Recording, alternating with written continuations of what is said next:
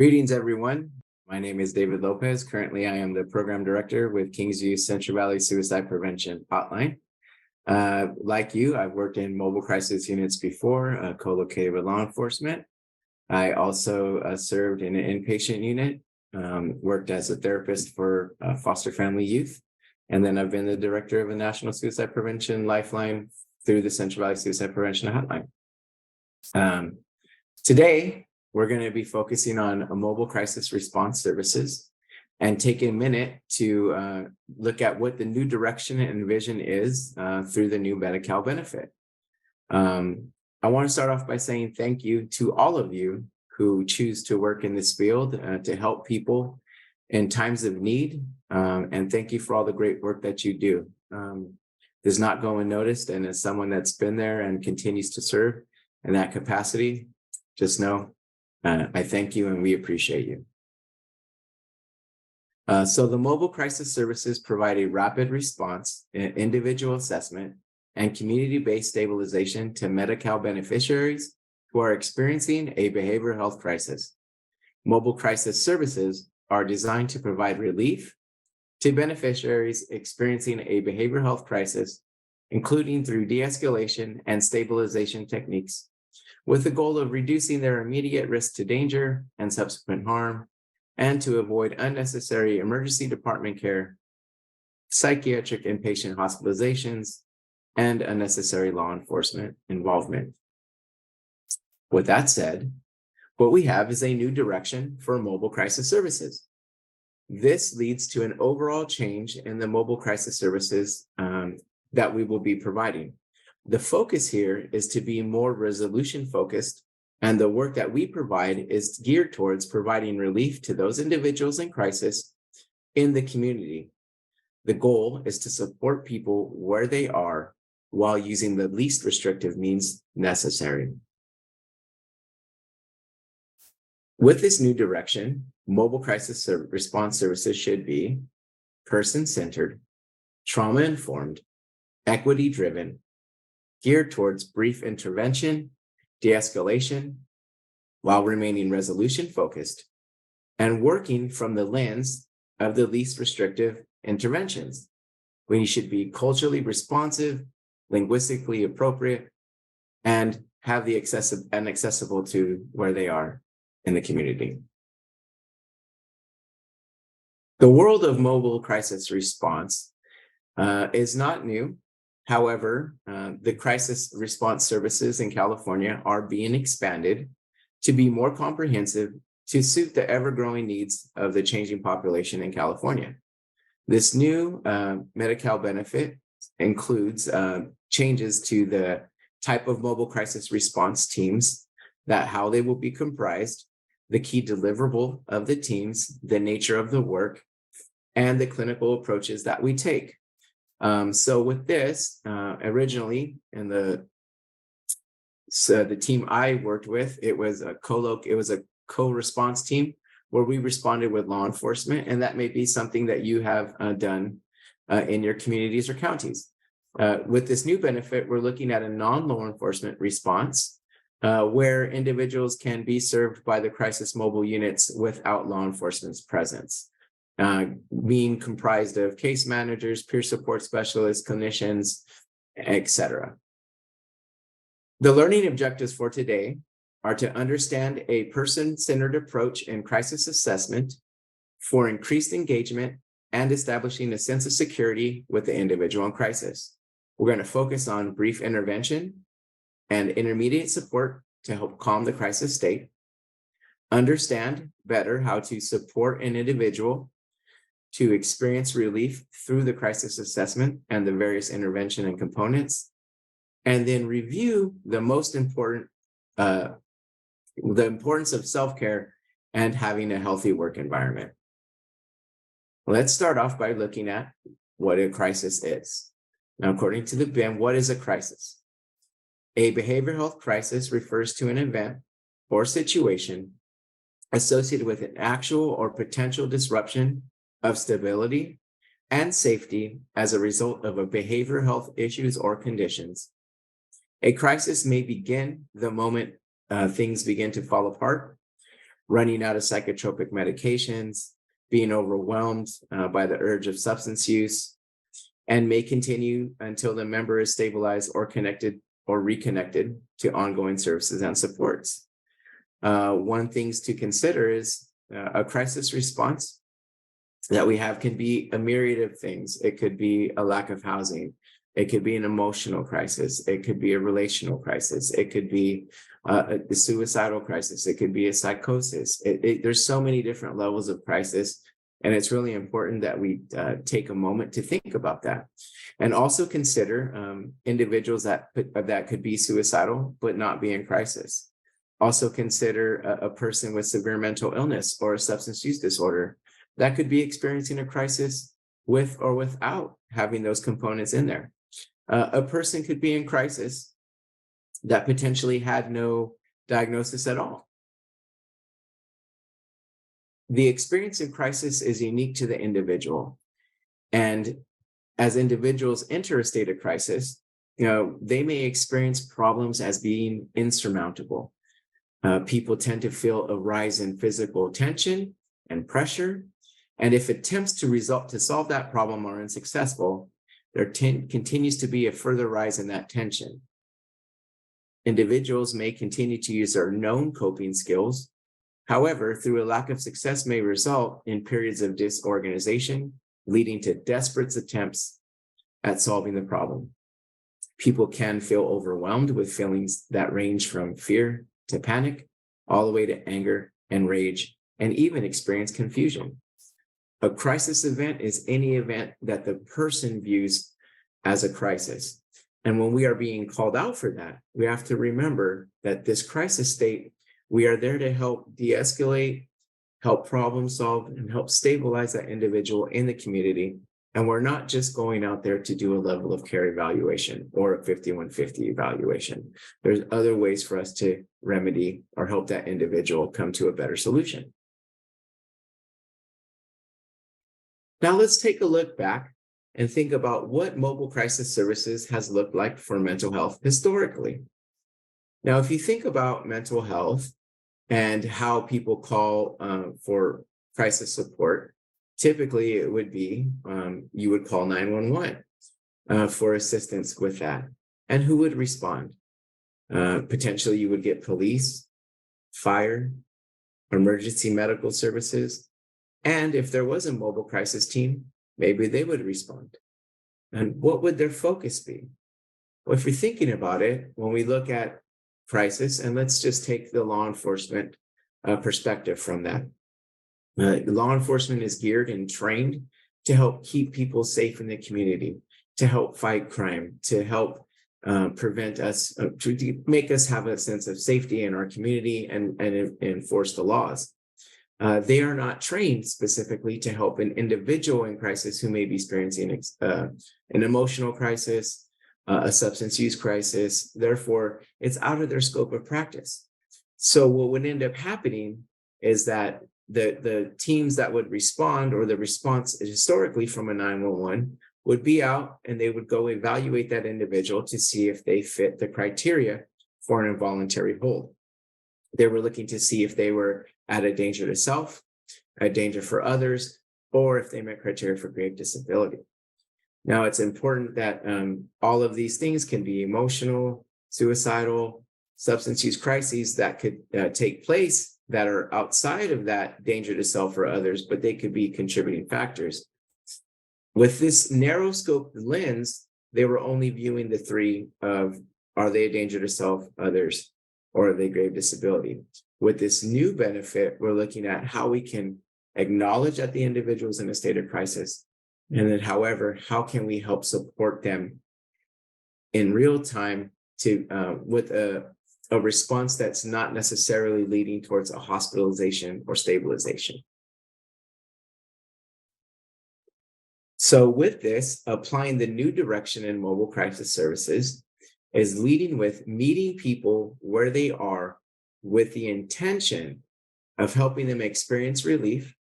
We do this through providing support, offering guidance, and help resolve the crisis in the least restrictive setting. Supporting self-determination of the client empowering them, and their autonomy of choice. We have to remember that all forms of language are powerful tools, and this includes the body language, how we walk up and approach the client, which we're going to speak to, how they respond to us, and we need to be attuned or work on our attunement to how they are. That way we can help them in the best situation necessary. We want to provide appropriate care the first time, every time, through the lens of a client-centered approach with a willingness to help. And we want to deliver care that is experienced as safe and effective from the view of the person in crisis. To reiterate here, mobile crisis response is not always a 5150 or a 5585 level of care evaluation. It's not just about providing referrals when criteria are not met. Individuals who call for mobile crisis response is not limited to eligibility for those who seem to be candidates for hospitalization. Again, it's about providing relief to the individual and any family supports through that. We really want to work towards providing psychoeducation, adding additional skills to their coping skill set. And we really want people to seek out the services before their crisis is so acute that the only option becomes hospitalization. And we want to engage with them while they still can actively and meaningfully participate in their own decision-making for them. Consider this. What is happening to the person in crisis? Questions to think about again. Can a person be suicidal and not be in crisis? Can a person have a severe mental illness and not be in crisis? Can a person with a substance use disorder be experiencing a crisis that is not at all related to the illness or substance use? A crisis state, for us to remember, is protective. It's a physiological response, and it happens to all of us. Our goal is to help the person through that crisis state.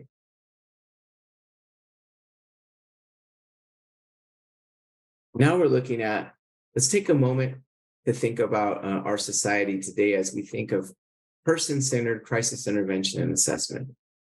Today, our society is even faster paced than ever.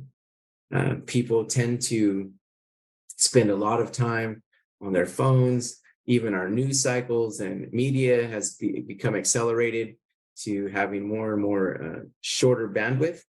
And so when we think of person-centered crisis intervention assessment, that first piece is based on that foundation of presence.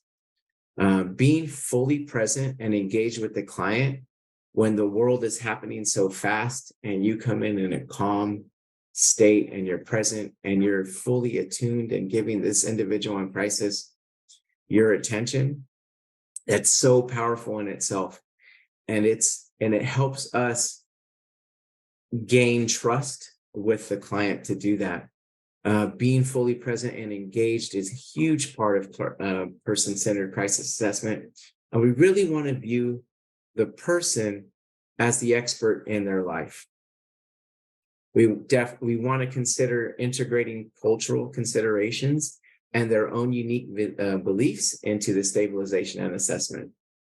And through this person-centered crisis assessment and intervention, I believe it's built on these pillars. It's built on rapport, trust, validation, empathy, and having unconditional positive regard for that individual. And as we do this, and because it is person-centered, some of the things we need to consider is, why did that individual decide to call out to the mobile crisis team? What was happening to them that resulted out in this call for service? As we get in the mood of this mobile response and being very person-centered, it's important that we view them as the expert of their lives and that we are coming along their life to help them through a difficult situation. And through this collaboration, a great deal of work can be done in the field. Before any formal assessment, a question to ask ourselves is, are we listening? Are we understanding? And are we trusting? Some questions for us to consider is what happened and what is happening to the client. This is a different view from what is wrong with you. What did you experience? Maybe a question we consider. Or what are they experiencing? Some things for us to lead into, and they can help contribute to this, is what might help them right now to calm the symptoms, to help make this service more comfortable for both of us. Why did they decide to call the mobile crisis team? What are they hoping will happen because of the service? And this is like our step one as we engage with individuals in crisis, to help them get a better sense of empowerment, to understand that they have autonomy of choice, and we are here to be a support for them through this difficult time. Through every crisis assessment and intervention that we take, it is important that we view and we consider cultural humility and cultural competence. And I want to take a moment here to describe the difference between the both. Cultural competence emphasizes the knowledge of the individual providing the service. It's the ability to work respectfully with people from a diverse culture while recognizing one's own cultural biases. Now, cultural humility refers to an orientation towards caring for the client's needs that's based on self-reflexivity and assessment, appreciation for the client's expertise on the social and cultural context of their own lives, openness to establishing power balance relationships with patients, and lifelong dedication to learning. It expands upon the cultural competence knowledge base and its important aspects for every effective crisis intervention. It is essential for person-centered care in this regard.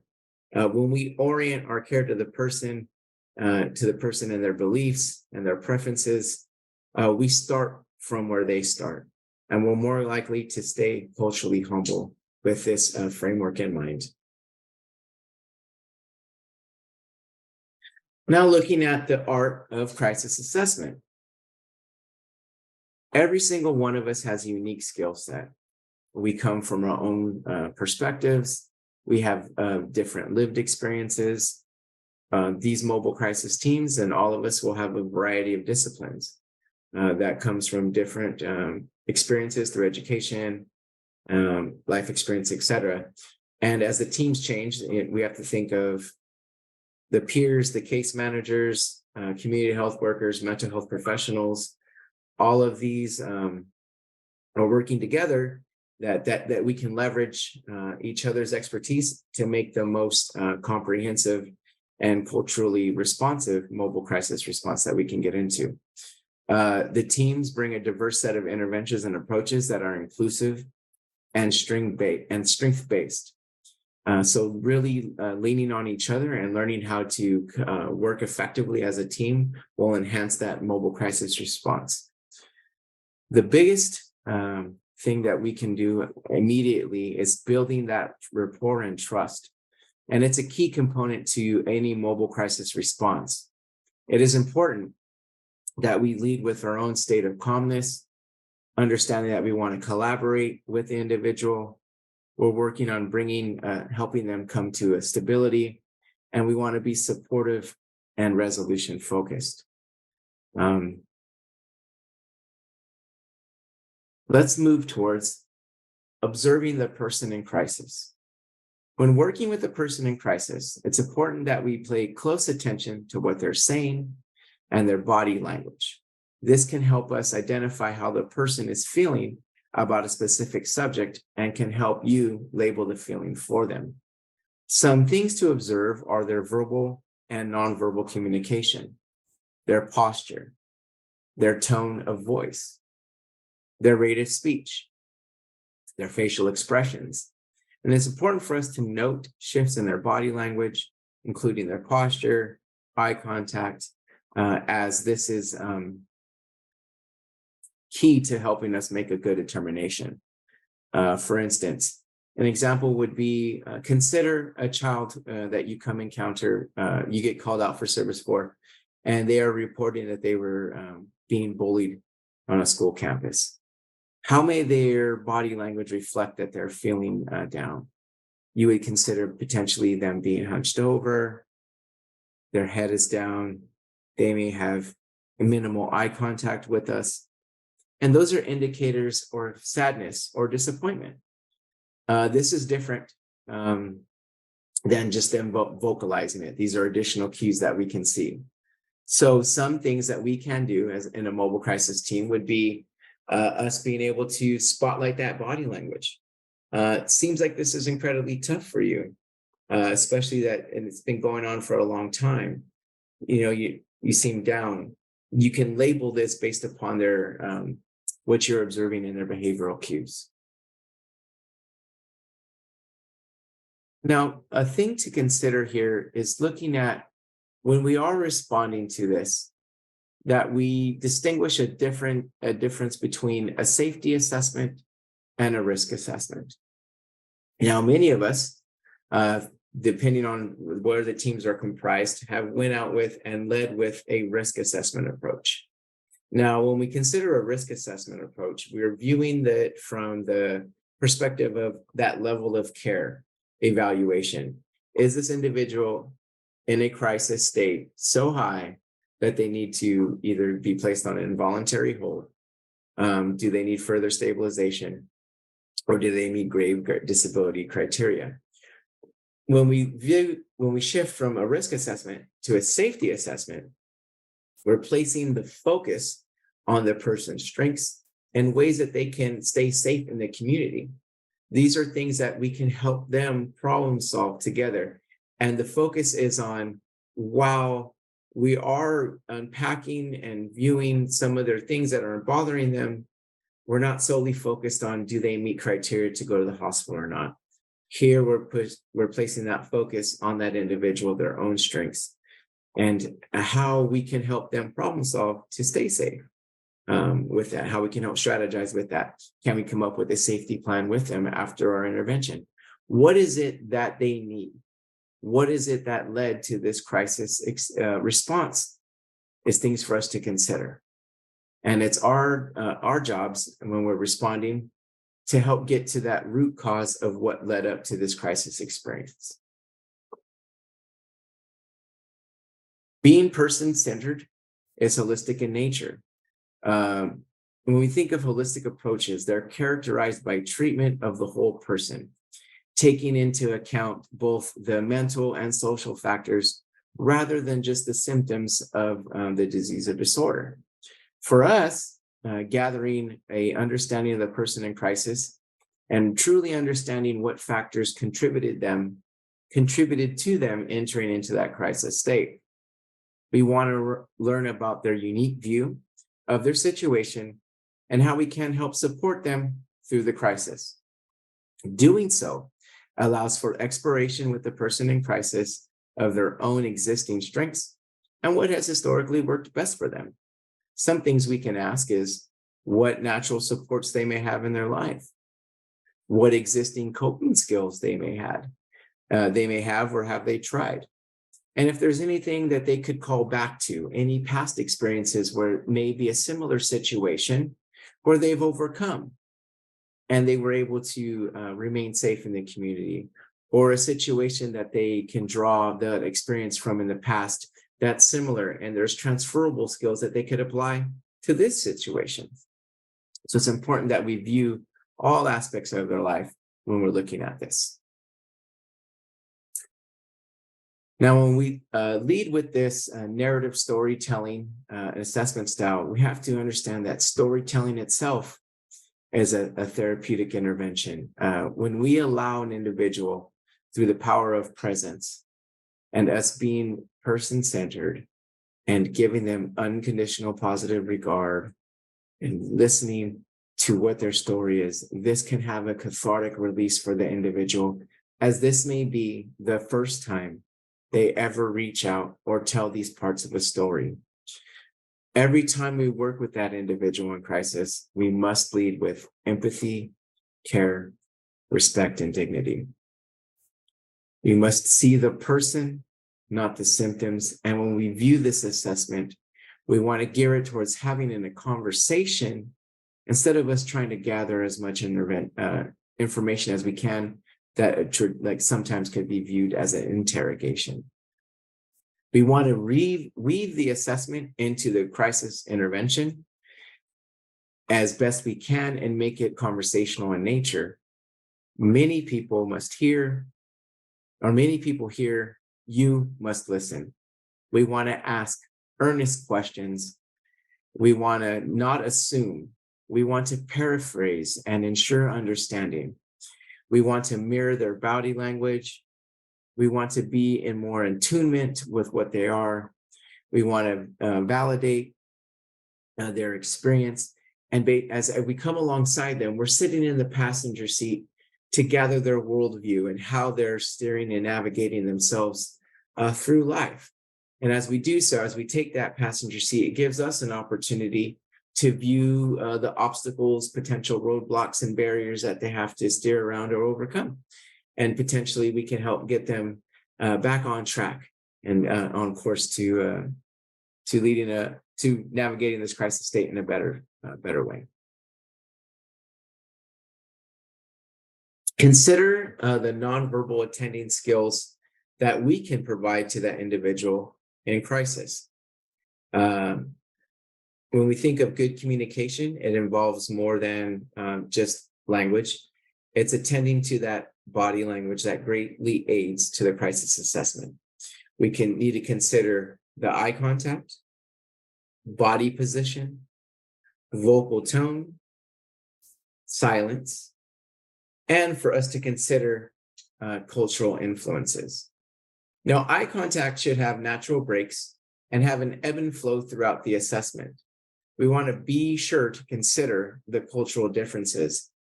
And it's important to be mindful how that eye contact is received and perceived among different cultures.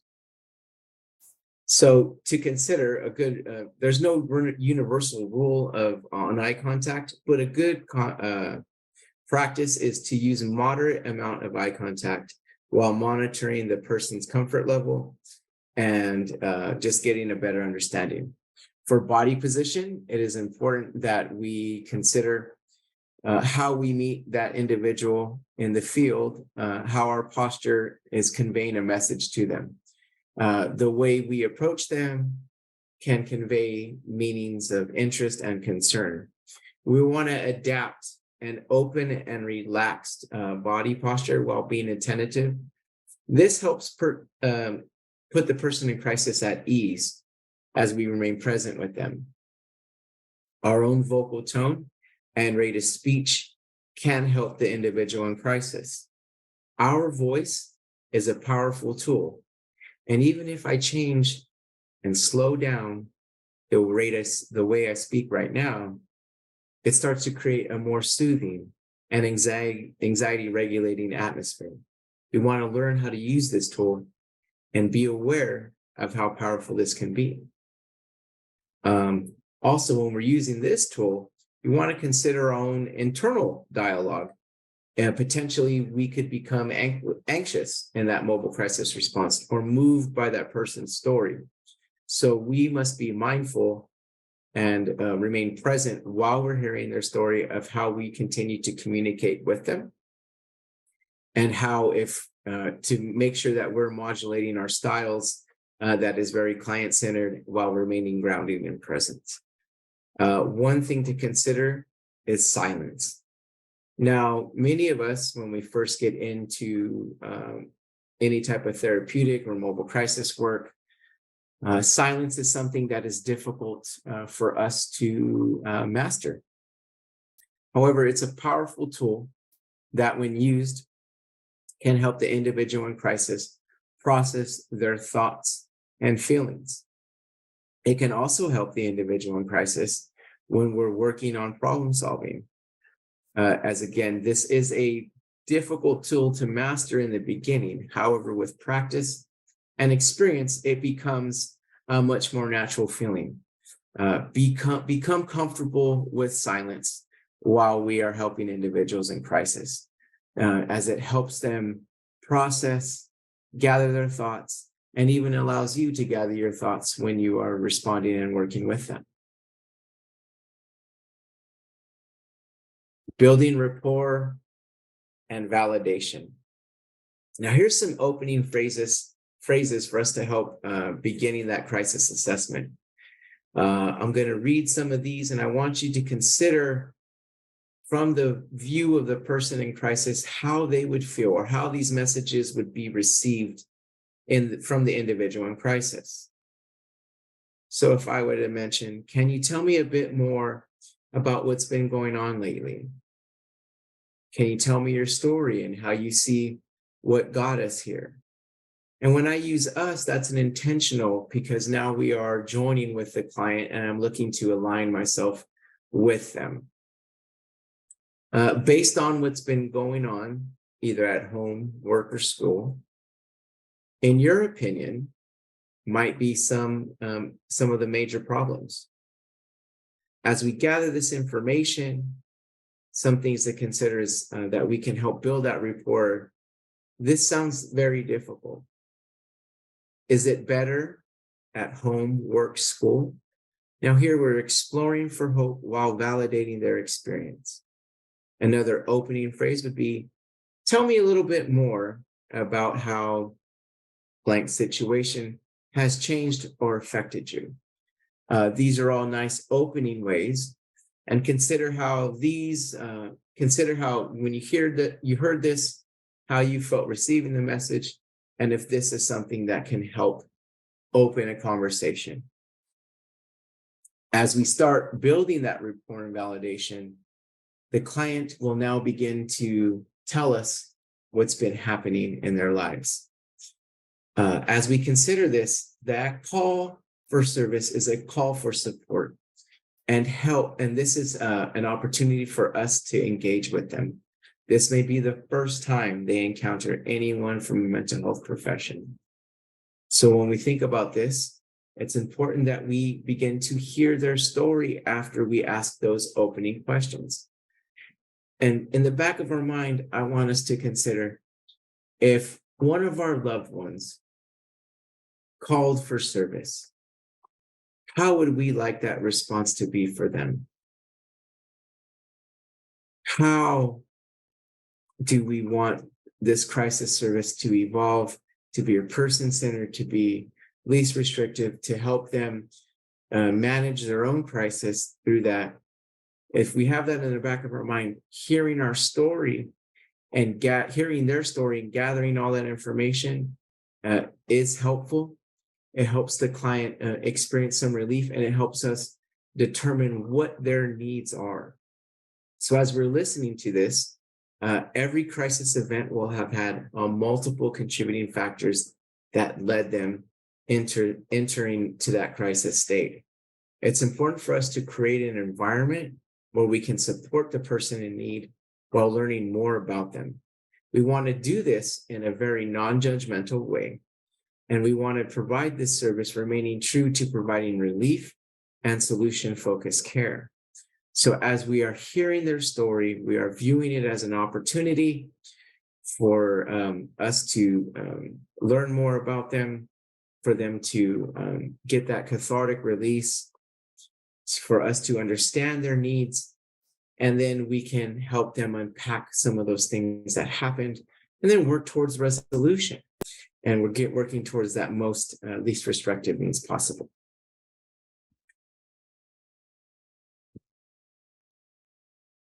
Now that we've started the conversation with them and we've begun to hear their story, it is important that we deepen our understanding of what's going on with the individual in crisis.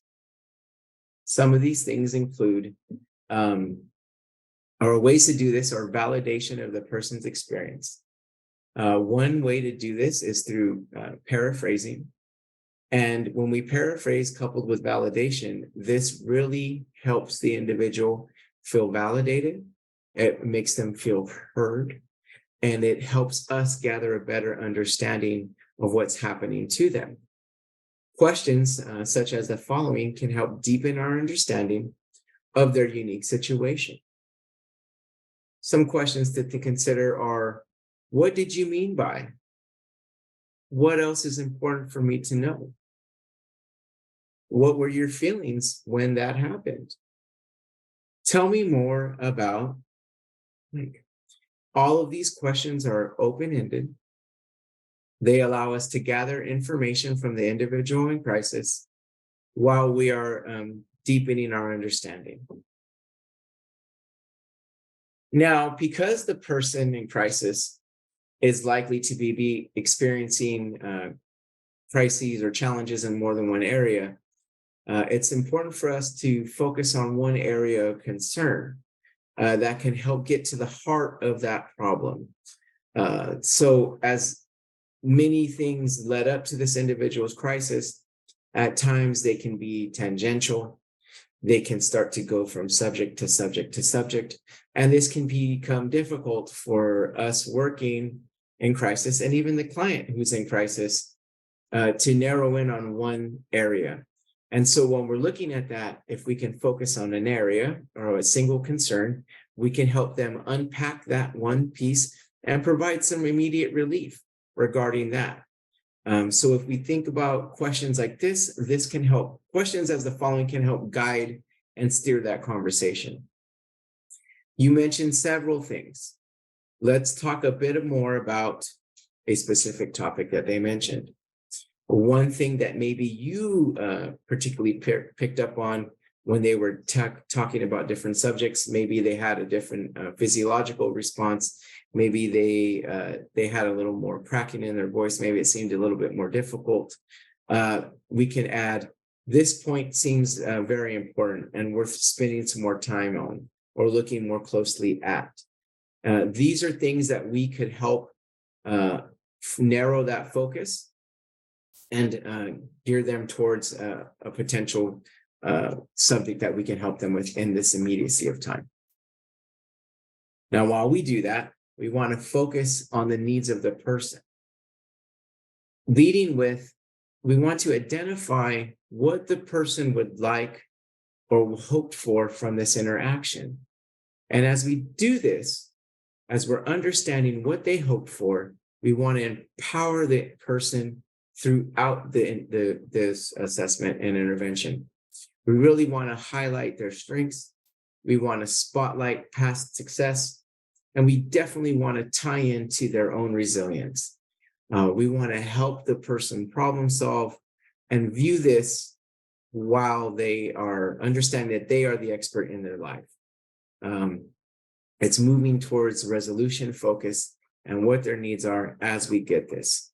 So we want to highlight their strengths, spotlight past successes, tie into their own natural resilience, and help them problem solve in a collaborative approach. Now, as we focused on one area of concern, and now we're gathering a different, what they actually wanted or what they need to help them resolve this crisis in the field, we want to start exploring some of their strengths and current coping skills. Things to consider or questions that we can have is, what have you thought about trying? Here we are looking for what they've potentially done or are willing to do that could help them manage the crisis. If they give a suggestion of what they tried, we want to see if it's how much, to what degree it is working. A question to ask would be, how did that work for you? As we continue to explore, because they are the expert in their lives and they're come to this crisis point, we want to find out how long they have been dealing with this. And so a question such as, how have you been dealing with this throughout this time? How have they been managing this crisis? What had been working and what's not now in this new crisis state? Giving the call back to strengths, a question of, how do you usually solve your problems?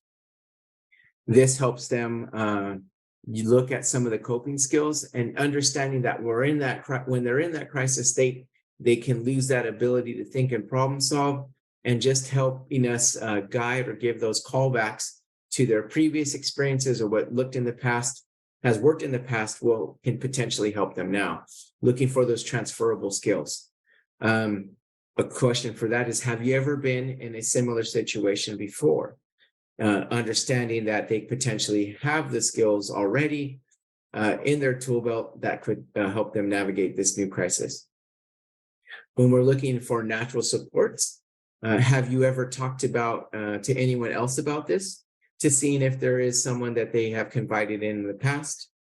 And then looking for some things that could help distract them or bring another degree of hope in their life is, do you have any interests or hobbies that can help them remain safe while keeping distracted in a manner that is good for them? Now, inevitably through this, there will be some things that we have to consider that are thinking about risk to self and others. There's a variety of ways to ask about risk, and that we want to make sure that we keep it simple, clear, direct, and not leading. But we want to do this in a manner that is strength-based and person-centered. And knowing that you watching this may have asked some of these questions before, I'm going to just kind of list a few things that you can ask for different levels of risk. So it's some questions, maybe, have you ever thought about suicide? Have you ever thought about not waking up or being around anymore? Have you ever thought about taking your life? Potentially, have you ever thought about harming someone, harming yourself? Have you ever felt so angry that you wanted to do something towards another person? Now, these are some simple questions that we can ask. There's a variety of ways and tools that are out there. And while we are asking this question, understanding that an individual may endorse suicidal ideation, it is important for us to remain calm in hearing this, as many people experience suicidal thoughts or even thoughts of hurting themselves. But the likelihood that this is a life-threatening engagement is going to be relatively low if you're there and you're working with that person in crisis. The fact of the matter is that having thoughts of suicide are very normal, and it's up to us to help normalize that while we explore the degree of risk that potentially could be there. Focusing on that resolution-focused and strength-based needs, is there a way that through the safety assessment, we can view the client and help them remain safe in the here and now? Through this, we want to hear their story and listen for hope. Hope is a powerful tool and one of the number one buffers against people taking their lives. It's a great energizing effect for individuals to remain in the so-called fight for their lives. It helps people see a way that can overcome their challenges and gives them something to look forward to. The person, through the interventions, we really want to instill hope and also explore things that they are hopeful for. It's a great way to spotlight ambivalence between two states. For instance, if someone's not so sure, they weren't feeling hopeful, they're kind of stuck in the past, but looking at hope, they have hope for the future, even though these things may have happened or terrible things may have happened to them, they are potentially hopeful for a better tomorrow. And that change state could be in that space where you can help navigate them through that and remain safe for now. A question to think of: with everything that has happened to you, what gives you hope? Now, when we hear the story again, it's important that there are something that we are exploring and listening for, that one thing that they are hopeful for. Asking that question can help draw that out. And even if that reason for hope is faint, part of the intervention is to help spotlight and really highlight that hope for them. And we can help inspire and nurture that hope so they can stay safe now. Again, using callbacks to when we heard their story, some things that they may have overcome. In listening, it sounds like you're really energetic about this. It sounds like you have hope for that. And then we want to add to that as we hear their story. It's a really powerful approach for us to have. Working with the individuals in crisis, it's important for us to look at exploring their own resources and help identify areas of support that they may have overlooked or didn't even feel comfortable reaching out for due to feelings of shame, guilt, or not wanting to burden others.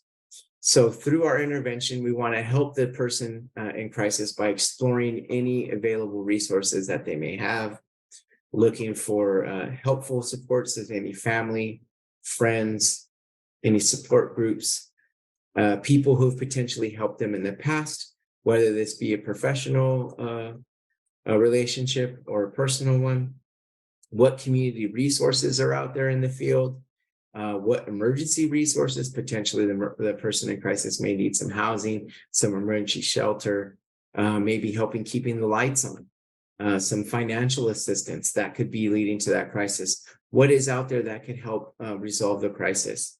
For us in mobile crisis response, it's important that we learn more about the resources in our community, what is readily available, and tap in and leverage those stakeholder resources throughout the communities that we serve, because different programs change and they may have added things that we may not be aware of. So consider that. And it's a very, very important part to know the resources in your local area, that once you identify that need, that we can help them tap into those resources through the community. A great skill to have when working with a person in crisis, as they may move from subject to subject, or as you start to recap one phrase of the working part of the crisis assessment, is summarizing. And summarizing is a process where these teams our mobile crisis teams or us working in the field, can help put together some key themes, such as their feelings or issues that the person in crisis has presented, that we can help focus on. It can be used throughout the intervention and assessment to gather a clear understanding and to help the person refocus on a key topic or area. We want to summarize to recap what it was discussed, and we can use this to the safety plan or the plan they created. For example, let's say the individual in crisis had discussed ending or the fear of the ending of a relationship. They're having to now move out of their home. They are haven't been connected to their parents for a long time or any family support, and they're really feeling lost throughout this amount of change that's happening in a rapid amount of time. A way that we can recap that is, hey, so just want to make sure I understand what's been happening. So your relationship seems like it's drawing to an end, and as part of that, you're looking towards having to change your living situation. You had mentioned that you weren't really that close to your parents anymore, and you're trying to figure out what's the best next steps for you. Is this right? Do I have a good understanding of what has brought you to this state today? And then listening for that. And as we summarize that, we get a clear understanding of what is happening in their life. And then we can move towards the resolution piece, help them explore what resources they have, what is available in the community. Maybe if they have those natural supports, friends, family, others that maybe could potentially help them stay for a few days, or looking at emergency housing if it's at that place. But that summarizing is a great recap of what was being told or what you were discussing. And you can use that throughout that assessment and intervention piece to help steer the conversation and get a clear understanding of what's happening with the person in crisis. A key thing to note is all behaviors have a purpose. And inevitably, when working in mobile crisis response, we are going to come across behaviors that may not seem as helpful to us or as healthy, but actually are helping the client manage this. Some things include, substance use. You can think of risky or reckless behavior, self-injurious behavior, disruptive behaviors, defiance, aggression. These things may not be the healthiest of ways, but we can use that, or you have to view that from the lens of it's helping the individual in crisis cope in the here and now. So these are skills that you are likely to encounter. And how can we stay person-centered and not be reactive when we're hearing some of those maladaptive approaches, such as self-injurious behavior or even or substance use? It's important to regulate our own feelings about their coping skills, understand that they do serve a purpose and they are helping the person in crisis manage their state. So consider that, and there's additional training that will be coming on harm reduction and understanding that non-suicidal self-injurious behaviors and other harm reduction techniques that we can help the individual in crisis. So what's next? We're going to look at a crisis assessment recap. We're going to look at what's been done. So far, we've looked at working towards calmly and effectively engage that individual in crisis. We've looked at a crisis assessment and exploration of safety. We've provided a grief crisis treatment, support, and resolution. So what would come next? Now we're looking at safety planning, harm reduction, discussing about resources and services. And we must remember that it's going to be collaborative, strength-based, and person-centered. So as we walk through, we met the client where they were at. We initially worked to calm and effectively engage that client. We've done this assessment. We've worked through different interventions. And now we've explored risks. We provided brief crisis treatment, support, and problem solving. And we're at the stage of now that safety planning piece. And so we're going to have a discussion about what resources they may have or how to use this next. Moving towards crisis planning. As appropriate during the mobile crisis service encounter, the team shall engage the beneficiary and significant support collaterals, if appropriate, in the crisis planning service to create or update a crisis safety plan for them to helpfully avert a future crisis. When appropriate, crisis planning may include the development of a written crisis plan. So safety planning is the umbrella topic that might result in a written safety plan. There's apps that individuals can use that help them on the phone. But remember, it must be person-centered and focused on what they can do and what they're willing to do. So it's a collaborative in nature. The safety plan may include identifying conditions and factors that contribute to a crisis state. It could be reviewing alternative ways of responding to such conditions and factors, and identifying steps that the member can take to avert that crisis. So when we think of identifying conditions and factors that potentially contribute to that state, it could include things such as a behavioral chain analysis, or understanding the feelings and emotions that are leading up to them entering to that crisis state. And by empowering them and helping them recognize what that is, it could potentially help them avert that. Additionally, when they are or they do become aware of those conditions, for looking at those alternative ways how they can respond. Can they engage in a healthy activity? Can they get up and go for a walk? Can they listen to some peaceful music? Can they distract themselves? Can they engage in a hobby or something that they noted? Potentially, they could call a friend. Looking at these different things are all part of crisis planning, and they're client-centered in nature. So again, the crisis plan should be person-centered. It must be collaborative, and we want to develop a plan that works for the person in crisis. The safety plan must allow for self-determination. And while we're doing this, we want to ask earnest questions and be curious about what has worked for them in the past. When we're listening to them and we're working on what potential resources, we want to offer resources that work for the person in crisis. For instance, let's say if someone could call a hotline and the person in crisis says, I won't call a hotline, we can ask, well, potentially, who could you call instead to get the support? There is a no wrong door approach to crisis planning.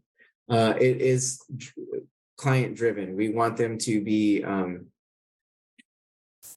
the creator of it, because ultimately this is something that they will use to help them remain safe. We want to be intentional and get creative with them. We can have it, if we're in the field and they happen to have a mobile phone, they can write down that mobile crisis. They can write down their individual crisis plan in their mobile device. They can put it in their notes. There are different apps that are available, such as MY3. Vibrant has a few listed, and we can list those resources later on. But, we definitely, when we're thinking of this crisis plan, we want to help them identify those warning signs. We want to identify past successful coping strategies. We want to help them look at healthy social connections, identify professional agencies that can help them connect and they can contact, and then helping them make that environment safe for them. So some things that we may ask would be, what tools have they used? What do they like? What plans would you potentially have to remain safe today? What are you most likely to use? So just think about this for when we're working with those individuals in crisis. Now, what approach do you guys take? Is there anything specific that you are using to consider? What have you liked? What do you use? And we will have a future in another core training. There will be a specific one on safety planning, and we'll get more in depth there. Now that we've done the assessment and you've done the crisis intervention, you've done the work, it's time for us to focus on you. The service you provide in the community is making a huge impact on the improvement to the individuals in crisis. Every one of you contributes to the betterment of the lives of the people we encounter. And connecting with the individual in crisis can have a profound effect on their lives. And in order for us to continue to provide that high level of service and positive impact in the communities and the lives we serve, it is important that we take care of ourselves. This crisis response work is an extremely rewarding profession. It brings a unique experience to all of us, and many clinical teams would never encounter. However, it also carries a high degree of stress. And when left unaddressed, it can take a toll on us. So we're going to spend a few minutes on exploring a few of these topics in depth, and then some ways and strategies that we can help keep each other healthy. So here's the term, and I was unfamiliar with this until a few years back. Have you ever heard the term of controlled empathy? When I hear this, and when I first came across it, I read the definition. It made perfect sense to me. And as I read this definition, I want you to think about what if it resonates with you. Now, controlled empathy is a vigorous neurological activity when a helping person is listening to the shocking, sad, or traumatic stories of another. It may look like he or she is calmly sitting in the presence and listening. And we often do that. We're calm, we're taking it on. But however, that neurological activity going on inside the listener's brain looks anything but calm. It is full of neurological activity. Our synapses are firing at a great degree of rate. So there's so much things happening in our brain. And so not only as the helper are we absorbing their story, we are responding in a way that is not congruent with our neurological activity in our brain. We are responding in a constricted and constrained manner that is geared towards helping the individual that's suffering in crisis at that time. So while we are being present, while we're being intentional, while we're remaining calm, we must understand that this takes a great deal of energy and resources from ourselves, and that a lot is happening internally with us. And with that, it can be a draining experience. Another thing for us to consider is vicarious trauma. What is vicarious trauma? It's that emotional residue of exposure to traumatic stories and experiences of others through the work of witnessing fear, pain, and the terror that others have experienced. It is a preoccupation with horrific stories told to the professional, and this is according to the American Counseling Association. Sometimes referred to as secondary traumatization, secondary stress disorder, or insidious trauma. It is included in the DSM as part of our clusters of the trauma and stress-related disorders. And there are several resources that we will link to this for helping us assess the different trauma aspects, questionnaires that are out there. But with those two things, so first understand that control, empathy is a high degree of energy that we are expending for us to remain calm and present. Secondly, hearing that vicarious trauma, hearing individual stories can take a toll on us. It potentially can lead to burnout. And what burnout is, it's not new. However, it's important that we address it, as it can impact us in the helping profession. Burnout is a physiological syndrome emerging as a prolonged response to chronic interpersonal stressors on the job. It can be brought out by a myriad of things, including workplace conflict, overload of responsibilities, the perception of inequality and inadequate rewards, consistent exposure to traumatic events. It can lead to emotional exhaustion, depersonalization, and reduced personal accomplishment. Feelings of burnout can lead to being emotionally overextended, depleted, and even towards self-doubt. It can increase disillusionment. And I know at some point, especially through the last few years, us working through COVID, every single one of us must have felt a degree of burnout. I know I did. I know it's something that the teams that I have led experienced, and we were really looking at keeping each other healthy. And that shared experience that we all had was a unique one. And I just thank you for the service that you do. And as we look at the next things on how we can remain healthy, it's important that we acknowledge these aspects, and that we work towards remaining healthy to keep ourselves in a good space to help the individuals in crisis, and so we can lead a healthy life.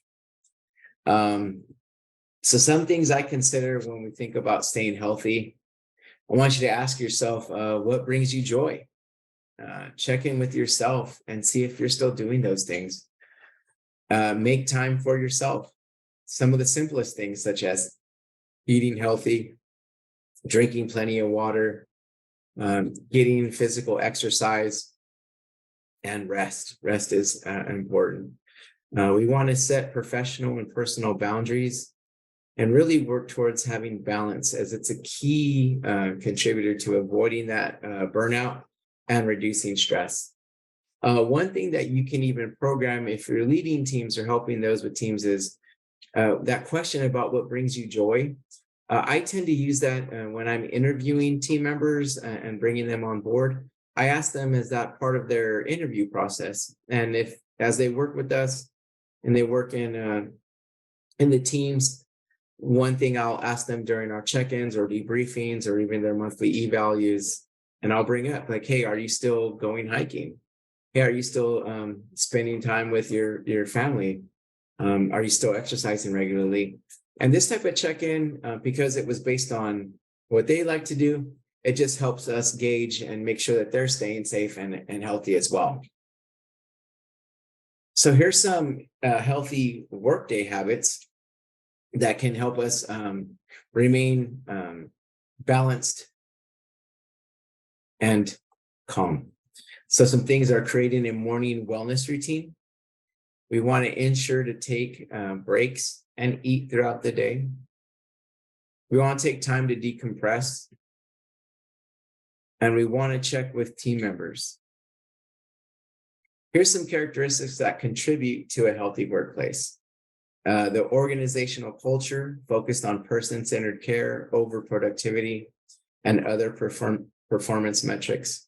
We want to think about the robust management skills and practices to overcome the bureaucracy and opportunities for individuals in the team for professional development and self-care. So creating a healthy workday routine is important. I tend to start my mornings with drinking water first thing, reading books, or reading some book, and then I have a gratitude journal that I just write down some things I'm thankful for the day. As I get started, it helps set the tone. So what things do you do and things that you can incorporate to your day? And if you haven't been doing this, potentially that could keep you in a healthier spot. I encourage you to do so. And some from a leadership perspective, things that we need to do is thinking of how to modulate the leadership style that you have if you're leading teams. How can you program ways into keeping people healthy? You may have to modulate your style between different things such as servant leadership. That's something that really just helping empower our team members, helping them get what they need to keep them safe. Some things that can help lead to a healthy environment are flexibility with schedules while meeting the demands of service, having program check-ins for wellness, and prioritizing overall team members or employee wellness, and making sure team members have agency and regularly ask for their viewpoints. Consider things that you would add or take away to this, and what do you need to help lead a healthier, more balanced life while conducting crisis work. You are serving a community, so keeping yourself healthy is very important. Okay, so a recap of today's learning objectives. What we looked at was understanding a person-centered approach in crisis assessment, and the reason that helps increase engagement and establishing a sense of security for the individual in crisis. We worked on a brief intervention and immediate support to help calm the individual crisis. And we looked at understanding how to support an individual to experience relief through a crisis assessment and various components. And lastly, we reviewed the importance of self-care in a healthy work environment. The references are listed in the slides below, and thank you all for attending today. And I wish you all continued success in our mobile crisis deployment. I want you to please take care of each other out there in the field. The work we do is extremely meaningful. And as we just went over, it can take a toll on us. So please do take the time to care for yourself and others and remain healthy. Thank you all and have a great rest of your day.